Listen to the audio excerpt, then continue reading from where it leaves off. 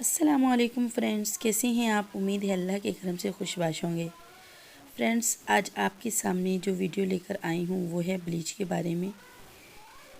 एक है ये स्किन वाइटनिंग ब्लीच और एक है फ़ाइज़ा ब्यूटी वाइटनिंग ब्लीच। आपको पता ही है जैसे कि फ़ाइज़ा ब्यूटी क्रीम बहुत ज़्यादा मशहूर हुई थी। है तो ये एक लोकल क्रीम, लेकिन जो इसकी ब्लीच है ये बहुत ज़बरदस्त है। ये जो मैंने ट्राई की है लगाकर, बहुत आज़मूदा रिज़ल्ट्स इसके मुझे मिले हैं। बहुत अच्छी महसूस हुई है।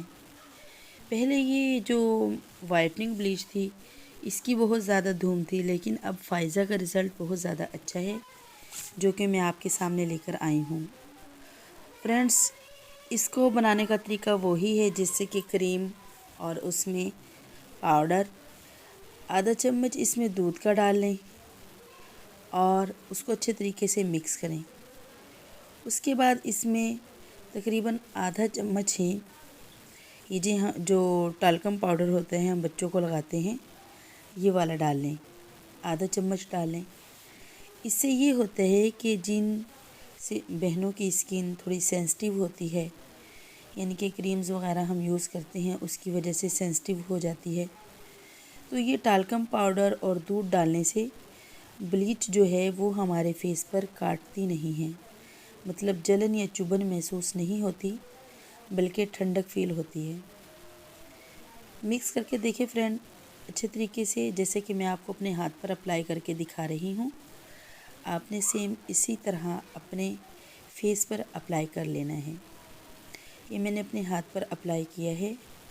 आहिस्ता, मोटी लेयर नहीं लगानी, हल्की हल्की लगानी है। जैसे कि ये मैं लगा चुकी हूँ।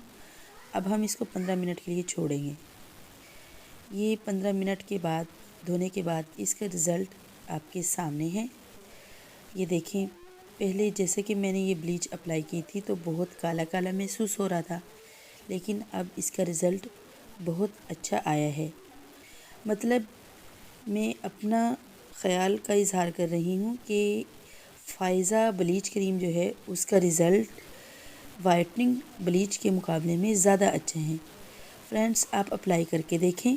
उम्मीद है आपको वीडियो पसंद आई होगी। अगर पसंद आई हो तो आप शेयर करना मत भूलिएगा। फिर मिलेंगे नेक्स्ट वीडियो में, तब तक के लिए अल्लाह हाफ़िज़।